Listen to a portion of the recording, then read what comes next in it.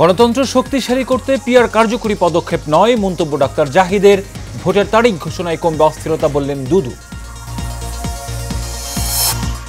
স্বস্তি ফিরছে নিত্যপণ্যের বাজারে, সরবরাহ বাড়ায় কমেছে সবজির দাম। সিন্ডিকেট নিয়ন্ত্রণে মনিটরিং এর দাবি ক্রেতাদের।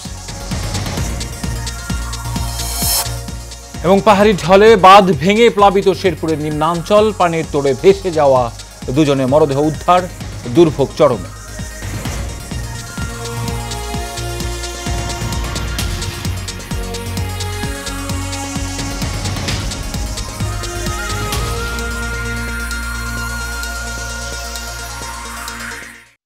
স্বাগত এশিয়ান সকালের সংবাদে, সঙ্গে আছে আমি কাউসার আহমেদ।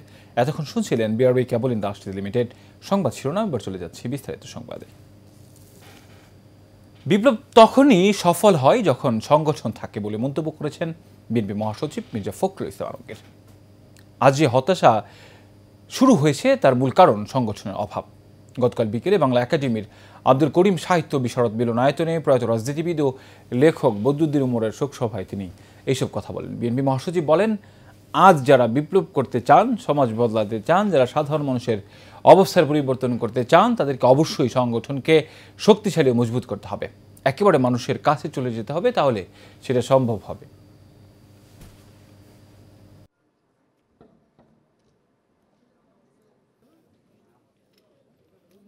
সংগঠন সংগঠন সংগঠন আমার মনে হয় ব্যক্তিগত ধারণা থেকে বিপ্লব তখনই সফল হয় যখন সংগঠন থাকে। আজকে এই যে একটা হতাশা এসছে, এই হতাশার মূল কারণটা হচ্ছে যে সংগঠনের অভাব।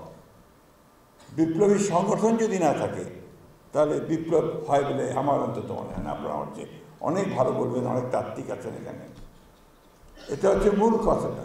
তো সেই সংগঠনকে গড়ে তুলতে হলে আমার মনে হয় আজকের যারা বিপ্লব করতে চান, সমাজ বদলাতে চান, যারা সাধারণ মানুষের অবস্থার পরিবর্তন করতে চান, তাদেরকে অবশ্যই সেই সংগঠনকে শক্তিশালী করতে হবে, আরও মজবুত করতে হবে এবং একেবারেই বদরুদ্দীন উমর সাহেবের ভাষায় মানুষের কাছে চলে যেতে হবে।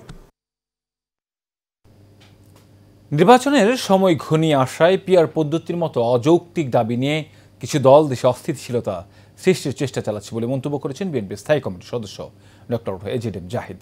গতকাল রাজধানীর বিএমএ মিলনায়তনে বাংলাদেশ ফার্মাসিউটিক্যাল রিপ্রেজেন্টেটিভ অ্যাসোসিয়েশনের সম্মেলনে এই মন্তব্য করেন তিনি।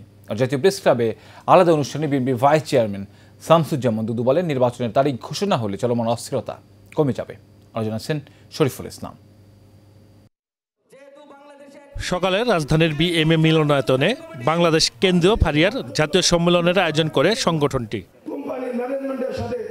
এই সময় প্রধান অতিথির বক্তব্যে বিএনপির স্থায়ী কমিটির সদস্য ডাক্তার এজেডএম জাহিদ বলেন, সংবিধান ও সুপ্রিম কোর্টের মতামতকে উপেক্ষা করে দেশের মধ্যে বিশৃঙ্খলা, অরাজকতা সৃষ্টি ও নির্বাচনকে বিলম্বিত করতে পিআর পদ্ধতির কথা বলা হচ্ছে। সংবিধানের প্রচলিত রেফারেন্স অনুযায়ী হাইকোর্টের, সুপ্রিম কোর্টের আজকে তাকে আপনারা অস্বীকার করে কি অরাজকতার মধ্যে দেশকে ফেলতে চাচ্ছেন? উদ্দেশ্যটা কি? এক ধরনের বিশৃঙ্খলা সৃষ্টি। কিন্তু মনে রাখবেন, এই বাংলাদেশ সেই বাংলাদেশ না। আপনি ইচ্ছা করলেই বিশৃঙ্খলা সৃষ্টি করতে পারবেন না। কতিপয় লোক দেশের বাইরে পালিয়ে গেছে, কিন্তু মেজরিটি লোক কিন্তু এই আপনার সমাজে, আপনার আশেপাশে সর্বত্রই আছে। ঝটিকা মিছিল নাম দেয়, কিন্তু তারা করতেছে কি, আপনার ব্যানারটা চেঞ্জ করে এআই এর মাধ্যমে দেখা যাচ্ছে অন্য রাজনৈতিক দলের 2 বছর আগের মিছিলকে চালায় দিতেছে, অর্থাৎ মানুষকে কনফিউজ করা।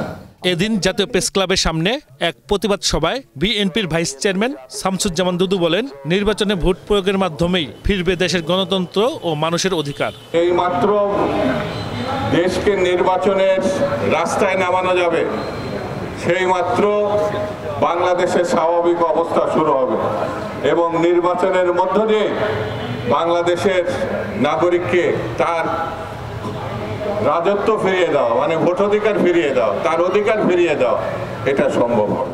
গত 15 বছর দেশের মানুষের অধিকার হরণ করে ভারতে বসে ফ্যাসিস্ট শেখ হাসিনা নির্বাচন নিয়ে এখনো ষড়যন্ত্র করছে বলে এ সময় জানান তিনি। Shariful Islam, Asian television, Dhaka. সপ্তাহের ব্যবধানে রাজধানীর বিভিন্ন বাজারে সবজির দামে কিছুটা স্বস্তি ফিরতে শুরু করেছে। গড়ে প্রতি কেজিতে 20 থেকে 30 টাকা পর্যন্ত কমেছে বেশিরভাগ সবজির দাম, তবে কিছুটা দাম বেড়েছে কাঁচামরিচের। এদিকে মুদি সহ অন্যান্য পণ্যের দামে খুব একটা তারতম্য না থাকলেও কিছুটা বেড়েছে ব্রয়লার মুরগির দাম।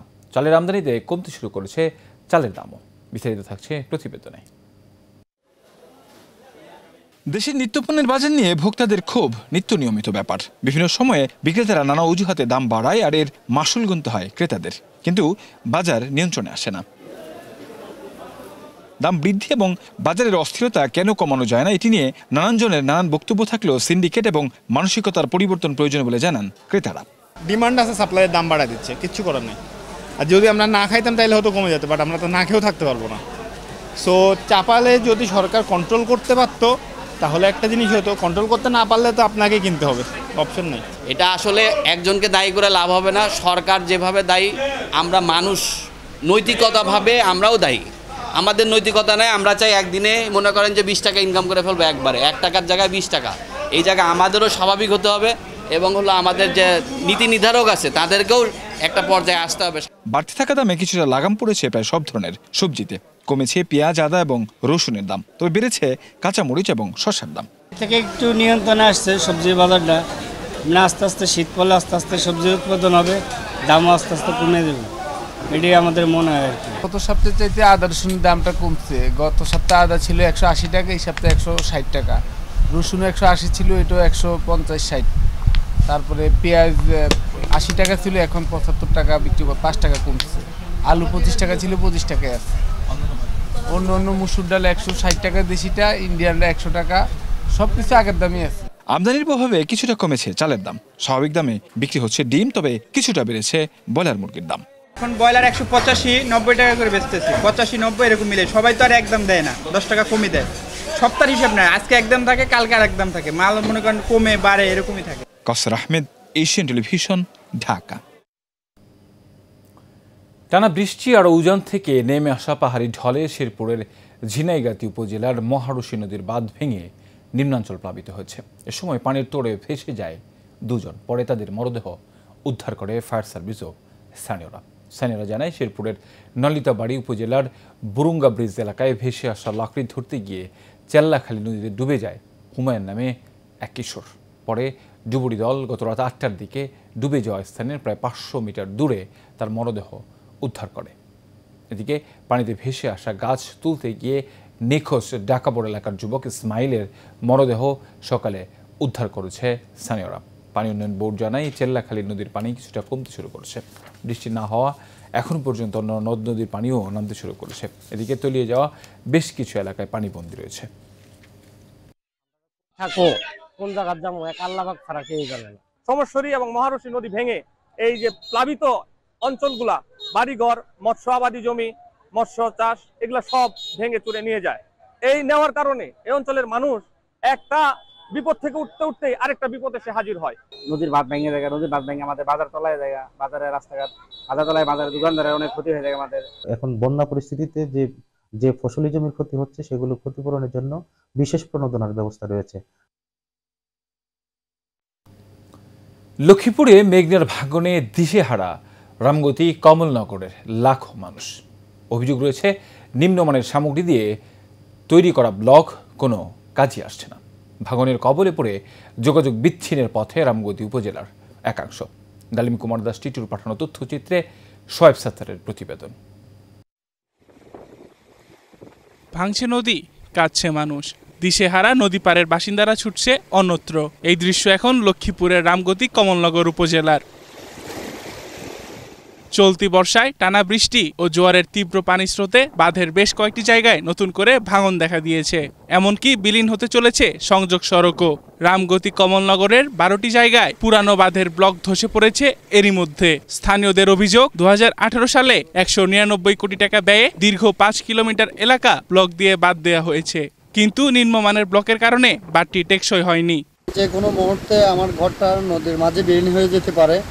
আমি হয়তো ঘুম থেকে উঠে দেখতে পারি আমি হয়তো নদীতে ভাসতেছি। আমরা বহুত কষ্টের মধ্যে আছি। যদি দ্রুত কাজটা নাও তাহলে মনে করেন আমরা সামনের দিকে অন্তত কয়েকশো পরিবার এই নদীতে বিলীন হয়ে যেতে। নদী বাঁধের কথা ছিল, কিন্তু এখন পর্যন্ত 5টি বছর গত হয়ে যায়, আমাদের এখানে কোনো বাঁধের কোনো কাজ কাম কিছুই হচ্ছে না। কাছে চলে আসছে যে আমাদের ভিটা বাড়ি বাপদাদার যাই কিছু আছে এগুলো এখন আমরা রক্ষা করতে পারতেছি। এখন এটা মেইন রোড অলরেডি ভেঙে গেছে, যদি সরকারি পক্ষ থেকে যদি দ্রুত কাজগুলো হয় তাহলে আমরা এই এলাকার যারা আছি গরিব অসহায় মানুষ তাদের অনেক উপকৃত হইতাম। তবে পানি উন্নয়ন বোর্ড বলছে ভাঙন রোধে নেওয়া হচ্ছে পদক্ষেপ। আগে আমাদের রিভার ট্রেনিংটা করতে হবে, দেন হচ্ছে বাঁধটা নির্মাণ করতে হবে। রিভার ট্রেনিং যদি শেষ নয়, বাঁধ নির্মাণ করে কিন্তু বাঁধটা আবার ভেঙে যাবে, যেটা এই অঞ্চলের আমাদের এই এলাকার সবচেয়ে প্রধান সমস্যা। রিভার ট্রেনিংসটা প্রায় শেষ পর্যায়ে, অনেক ক্ষেত্রে বাঁধ আপনি দৃশ্যমান দেখতে পাচ্ছেন, ইনশাআল্লাহ এবছর আপনি আরও দৃশ্যমান দেখতে পারবেন। গত 30 বছরে রামগতি কমলনগরের 240 বর্গ কিলোমিটার এলাকা নদীগর্ভে বিলীন হয়ে গেছে। তাই নদী পারের মানুষের কথা চিন্তা করে ৩,089,96,99,99,000 টাকায় বাঁধের কাজ শুরু হয়। চলতি বছরের ডিসেম্বরে এই কাজ শেষ হওয়ার কথা থাকলেও তা নিয়ে রয়েছে সংশয়। Sohaib Sattar Lizon, Asian television. গাজীপুর মহানগরের 33 নম্বর ওয়ার্ড বিএনপি ও সহযোগী অঙ্গ সংগঠনের উদ্যোগে মতবিনিময় সভা অনুষ্ঠিত হয়েছে। অনুষ্ঠানে প্রধান অতিথি হিসেবে উপস্থিত ছিলেন স্বেচ্ছাসেবক দলের কেন্দ্রীয় কমিটির সহসভাপতি ও গাজীপুর 6 আসনের মনোনয়ন প্রত্যাশী আরিফ হোসেন হাওলাদার। গাছা থানা স্বেচ্ছাসেবক দল নেতা কামরুল হাসান রুবেল ভুঁইয়ের সঞ্চালনায় ও গাছা থানা বিএনপি নেতা নাজিউর রহমান নাজিমের সভাপতিত্বে আনন্দঘন পরিবেশে অনুষ্ঠানটি শেষ হয়।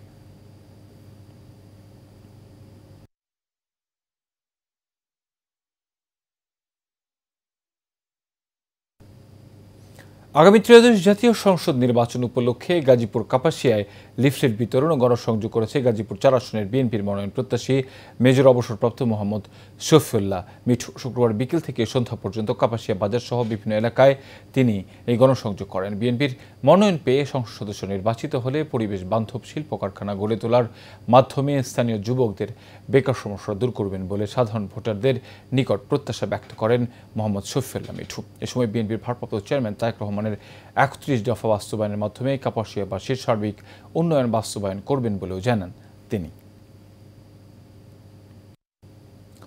শরীয়তপুরের সখীপুর বিএনপির 47তম প্রতিষ্ঠা বার্ষিকী উপলক্ষে জেলা বিএনপির সভাপতি শফিকুর রহমান কিরণের নির্দেশনায় 300 শিক্ষার্থীদের মাঝে গাছের চারা বিতরণ করা হয়েছে।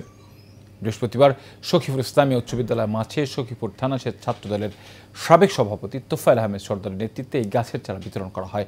এ সময় তোফায়েল আহমেদ সর্দার জানান, দেশ বাঁচান গাছ লাগান এই স্লোগানে বিএনপির 31 দফার 1 দফা বাস্তবায়নের লক্ষ্যে জেলা বিএনপির সভাপতি শফিকুর রহমান কিরণের নির্দেশে গাছের চারা বিতরণ করা হচ্ছে।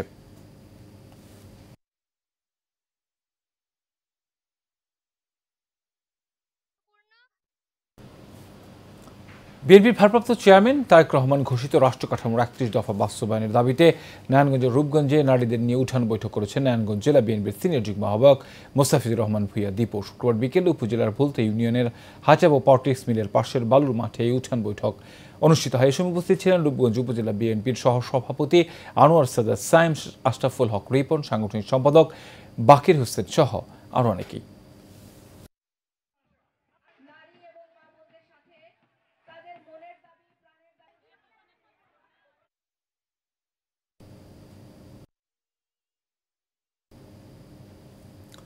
ব্রাহ্মণবাড়িয়ার নবীনগরে বিএনপির মনোনয়ন প্রত্যাশী অ্যাডভোকেট এম এ মান্নানের নেতৃত্বে কর্মী সমাবেশ ও লিফলেট বিতরণ করা হয়েছে। নবীনগর ইচ্ছাময়ী পাইলট বালিকা উচ্চ বিদ্যালয় মাঠে কর্মী সমাবেশ অনুষ্ঠিত হয়। এর বক্তব্য প্রদান করেন অ্যাডভোকেট এম এ মান্নান।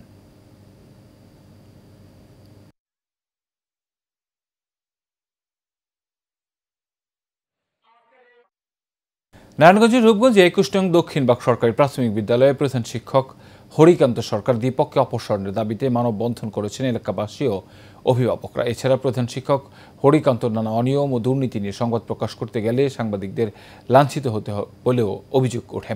উপজেলার দক্ষিণবাগ এলাকার ওই বিদ্যালয়ের সামনে সড়ক অবরোধ করে এই দাবিতে মানববন্ধন করে শত শত এলাকাবাসী।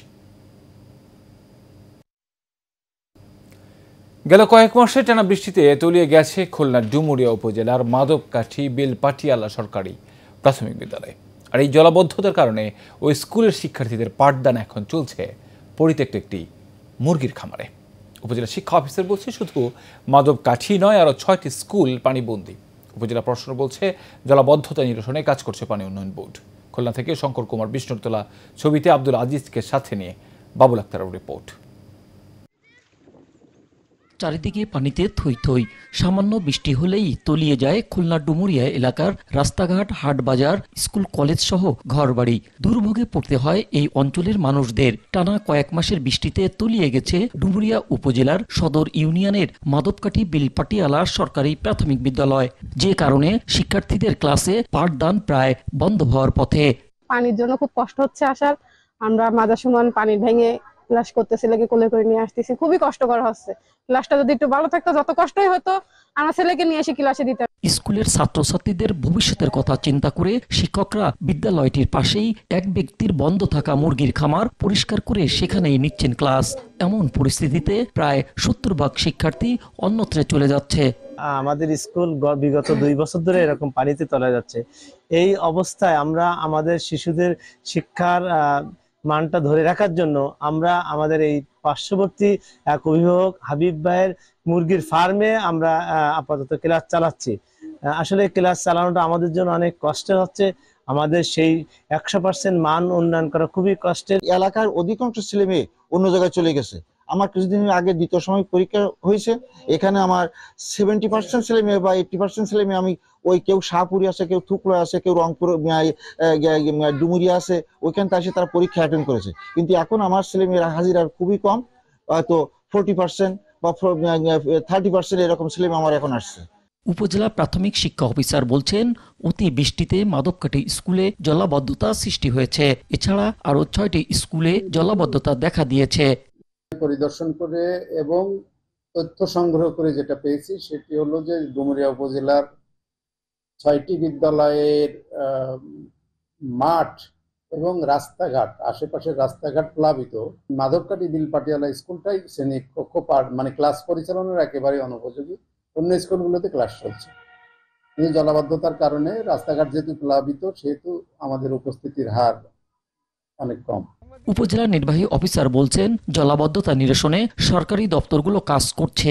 ডুমুরিয়ার প্রধানতম সমস্যা হচ্ছে জলাবদ্ধতা, এবং আমি এখানে গত বছরেও ছিলাম, আমরা এটা নিয়ে কাজ করছি। আমার এই 2 বছরের অভিজ্ঞতা থেকে আমি বলবো, আমাদের সরকারি যে দপ্তরগুলো জলাবদ্ধতা নিরসনে কাজ করে, বিশেষ করে পানি উন্নয়ন বোর্ড, বিএডিসি সহ আমরা উপজেলা প্রশাসন সকলেই জলাবদ্ধতা নিরসনে কাজ করে যাচ্ছি। পানি উন্নয়ন বোর্ডের কিছু ইমার্জেন্সি কাজ চলমান রয়েছে। আমরা আশা করছি পানি উন্নয়ন বোর্ড এবং বিএডিসির যে জরুরি কার্যক্রম, সেটির মাধ্যমে আমাদের ডুমুরিয়ার মানুষের জলাবদ্ধতা সংক্রান্ত সমস্যার অতি দ্রুতই নিরসন হবে। ডুমুরিয়া এলাকার নদী ও খাল প্রভাবশালী ব্যক্তিদের দখলে, যে কারণে পানি নিষ্কাশন বন্ধ হয়ে এমন পরিস্থিতি সৃষ্টি হয়েছে। তাই দ্রুত অবৈধ দখলদারদের উচ্ছেদ করে জলাবদ্ধতা দূর করার দাবি উপজেলাবাসীর। Babul Akter, Asian television. হাতিয়া জাহাজমারা উচ্চ বিদ্যালয়ের সুবর্ণ জয়ন্তী 2026 উপলক্ষে চট্টগ্রামস্থ ছাত্রছাত্রীদের রেজিস্ট্রেশন উদ্বোধনী ও মতবিনিময় সভা অনুষ্ঠিত হয়েছে। নগরীর দেওয়ানহাটে একটি রেস্টুরেন্টে এই অনুষ্ঠান হয়। মোহাম্মদ আলী মুর্তজার সভাপতিত্বে ও খায়রুল হোসেন দীপ সঞ্চালনায় এতে প্রধান অতিথি ছিলেন আলাউদ্দিন রনি। অনুষ্ঠানে বিশেষ অতিথি ছিলেন আশরাফ উদ্দিন, মাইনুদ্দিন এবং আতাউর রহমান ফরহাদ। এক মনোজ্ঞ সাংস্কৃতিক অনুষ্ঠানের মাধ্যমে অনুষ্ঠানটি শেষ হয়।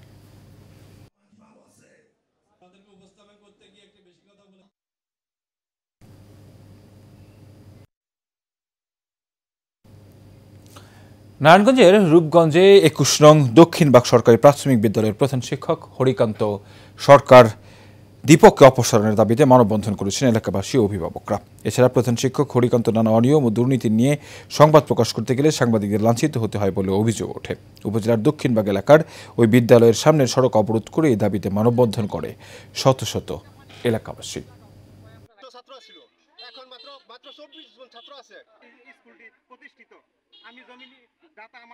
শেষ করবে সকালের সংবাদ। এর আগে বিআরবিকে বলেন রাষ্ট্রীয় লিমিটেড সংবাদ শিরোনাম জানাবো আরও একবার।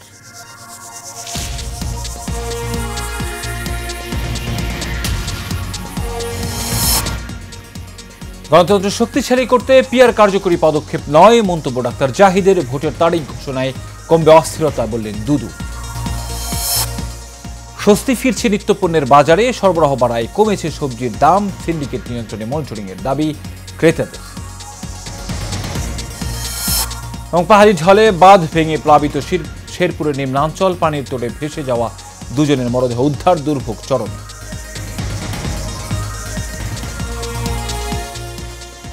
এশিয়ান সকালের সংবাদ এ পর্যন্তই। পরের সংবাদ দেখার আমন্ত্রণ রইল। ধন্যবাদ সবাই।